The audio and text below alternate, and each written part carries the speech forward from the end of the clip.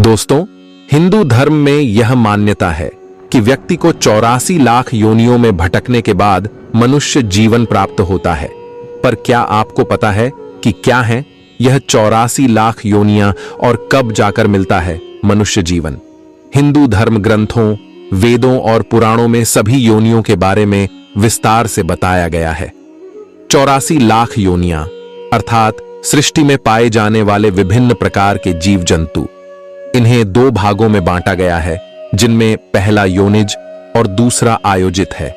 इसके साथ ही स्थूल रूप से प्राणियों को 3 भागों में बांटा गया है, जिनमें जलचर, थलचर और नभचर प्राणी होते हैं। दोस्तों, आज हम आपको इन सभी के बारे में विस्तार से बताएंगे, पर उससे पहले हम आपको बता दें कि यदि आप इस वीडियो को देख रहे हैं तो इसे आखिरी तक अवश्य देखें, क्योंकि यह पद्म पुराण की कथा है और भगवान श्री कृष्ण स्वयं कहते हैं कि कभी भी व्यक्ति को पद्म पुराण की कथा को गलती से भी आधा अधूरा नहीं सुनना चाहिए। तो इसलिए आज मैं आप यही कहूंगा कि यदि आप भगवान श्री कृष्ण को मानते हैं तो इस वीडियो को आखिरी तक जरूर देखें, और यदि आपको यह वीडियो पसंद आए तो इसे एक लाइक करके कमेंट में जय श्री कृष्ण अवश्य लिखें। तो चलिए शुरुआत करते हैं आज की इस ज्ञानवर्धक प्रस्तुति की। दोस्तों, पद्म पुराण के अनुसार यह माना गया है कि हर प्राणी को उसके कर्म के अनुसार ही अगला जन्म मिलता है। व्यक्ति के उच्च कर्म ही उसे इन जन्म चक्र से मुक्त कर सकते हैं। शास्त्रों के अनुसार 84 लाख योनियों में मनुष्य योनि को सर्वश्रेष्ठ माना जाता है। पर मनुष्य योनि को ही सबसे श्रेष्ठ क्यों माना गया है, यह भी हम आपको आगे बताएंगे।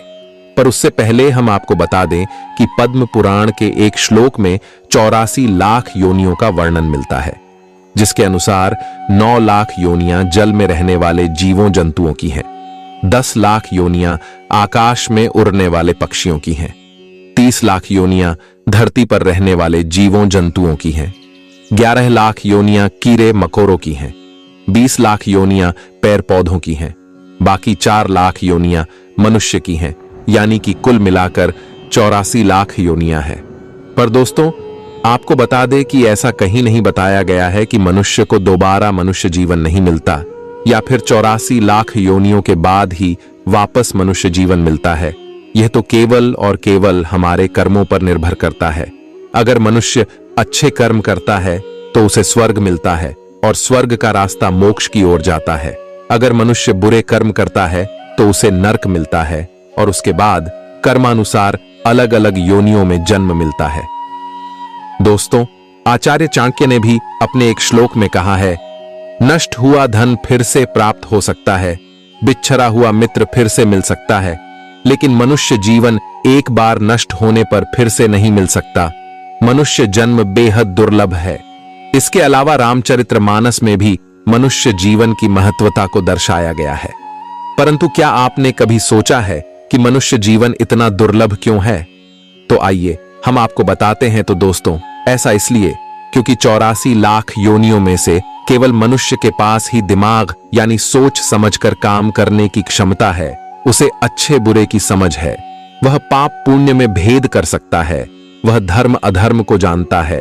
वो मानव ही है जिसे आत्मा परमात्मा का बोध हो सकता है। वो मानव ही है जो संसार का ज्ञान हासिल कर सकता है।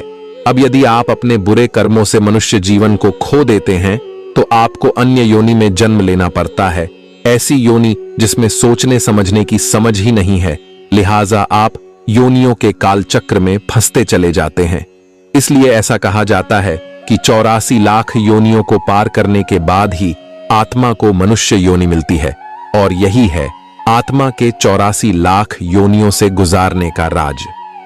पद्म पुराण में कहा गया है कि जब कोई आत्मा निर्धारित 84 लाख योनियां पूरी कर लेती है और उसके कर्म भी अच्छे होते हैं तो उसे पितृ या देव योनि प्राप्त होती है। इसके साथ ही वह जन्म जन्मांतर से मुक्त होकर बैकुंठ धाम चली जाती है, जबकि नीच कर्म करने वाली आत्मा को फिर से 84 लाख योनियों में जन्म लेने के लिए नीचे भेज दिया जाता है। वेद पुराणों में इसे दुर्गति कहा गया है, यानी कि किसी आत्मा के फिर से जन्म मृत्यु के चक्र में फंसने का फेर, जिसे एक आदर्श स्थिति नहीं मानी जाती। दोस्तों, सनातन धर्म की मान्यता के अनुसार जीवात्मा 84 लाख योनियों में भटकने के बाद ही मनुष्य जन्म पाता है। पर इसके बाद भी मनुष्य के मन में अक्सर कई सवाल होते हैं, जैसे कि योनियां आखिर होती क्या हैं। दूसरा यह कि जैसे कोई बीज अमरूद का है तो वह मरने के बाद भी तो अमरूद का ही बीज बनता है। क्या फिर मनुष्य को भी मरने के बाद मनुष्य ही बनना चाहिए? पशु को मरने के बाद पशु ही बनना चाहिए? क्या मनुष्य आत्माएं पाशविक योनियों में जन्म नहीं लेती? या कहीं ऐसा तो नहीं कि 84 लाख की धारणा महज एक मिथक भर है? तीसरा सवाल यह कि क्या सचमुच ही एक आत्मा या जीवात्मा को 84 लाख योनियों में भटकने के बाद ही मनुष्य जन्म मिलता है? तो आइए इन सभी के बारे में हम आपको बताते हैं। जैसा कि सभी को पता है कि मादा के जिस अंग से जीवात्मा का जन्म होता है उसे हम योनि कहते हैं। इस तरह पशु योनि, पक्षी योनि, कीट योनि, सर्प योनि, मनुष्य योनि आदि। उक्त योनियों में कई प्रकार के उपप्रकार भी होते हैं। योनियां जरूरी नहीं कि 84 लाख ही हों। वक्त के साथ अन्य तरह के जीव जंतु भी उत्पन्न हुए हैं। आधुनिक विज्ञान के अनुसार अमीबा से लेकर मानव तक की यात्रा में लगभग 1 करोड़ 4 लाख योनियां मानी गई हैं। ब्रिटिश वैज्ञानिक रॉबर्ट एम मे के अनुसार दुनिया में 87 लाख प्रजातियां हैं। उनका अनुमान है कि कीट पतंगे, पशु पक्षी, पौधा पादप, जलचर थलचर सब मिलाकर जीव की 87 लाख प्रजातियां हैं। गिनती का थोड़ा बहुत अंतर है, लेकिन यह महत्वपूर्ण है कि आज से हजारों वर्ष पूर्व आर्षि मुनियों ने बगैर किसी साधन और आधुनिक तकनीक के यह जान लिया था कि योनियां 84 लाख के लगभग हैं। गर्भ विज्ञान के अनुसार क्रम विकास को देखने पर मनुष्य जीव सबसे पहले एक बिंदु रूप होता है, जैसे कि समुद्र के एक कोशीय जीव।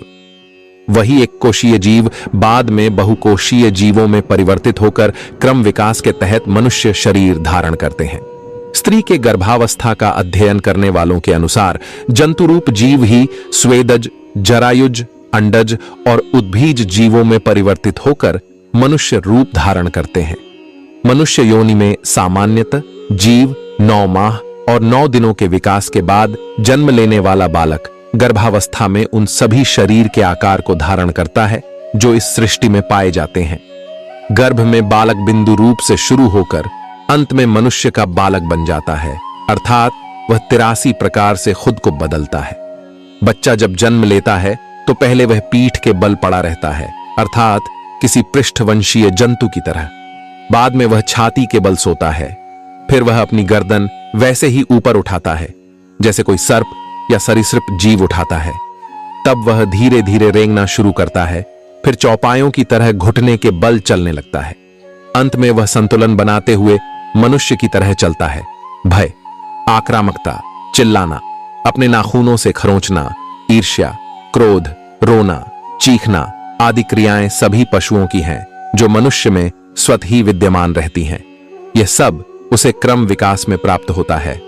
श्रीमद् भागवत पुराण के अनुसार विश्व की मूलभूत शक्ति सृष्टि के रूप में अभिव्यक्त हुई और इस क्रम में वृक्ष, सरीसृप, पशु पक्षी, कीड़े मकोड़े, मत्स्य आदि अनेक रूपों में सृजन हुआ, परंतु उससे उस चेतना की पूर्ण अभिव्यक्ति नहीं हुई। अतः मनुष्य का निर्माण हुआ जो उस मूल तत्व ब्रह्म का साक्षात्कार कर सकता था। अब जानते हैं क्या मनुष्य मरने के बाद मनुष्य और पशु मरने के बाद पशु ही बनता है? तो हम आपको बता दें कि क्रम विकास के हिंदू और वैज्ञानिक सिद्धांत से हमें बहुत कुछ सीखने को मिलता है, लेकिन हिंदू धर्मानुसार जीवन एक चक्र है। इस चक्र से निकलने को ही मोक्ष कहते हैं। माना जाता है कि जो ऊपर उठता है एक दिन उसे नीचे भी गिरना है, लेकिन यह तय करना है उस आत्मा की योग्यता और उसके जीवन संघर्ष पर। यदि यह मान लिया जाए कि कोई पशु आत्मा पशु ही बनती है और मनुष्य आत्मा मनुष्य, तो फिर तो कोई पशु आत्मा कभी मनुष्य बन ही नहीं सकती। किसी कीड़े की आत्मा कभी पशु बन ही नहीं सकती। ऐसा मानने से बुद्ध की जातक कथाएं अर्थात उनके पिछले जन्म की कहानियों को फिर झूठ मान लिया जाएगा। इसी तरह ऐसे कई आर्षि मुनि हुए हैं जिन्होंने अपने कई जन्मों पूर्व हाथी, घोड़े या हंस के होने का वृत्तांत सुनाया। तो यदि यह कोई कहता है कि मनुष्य आत्माएं मनुष्य और पशु पक्षी की आत्माएं पशु या पक्षी ही बनती हैं, वे सैद्धांतिक रूप से गलत हैं। हो सकता है कि उन्हें धर्म की ज्यादा जानकारी न हो।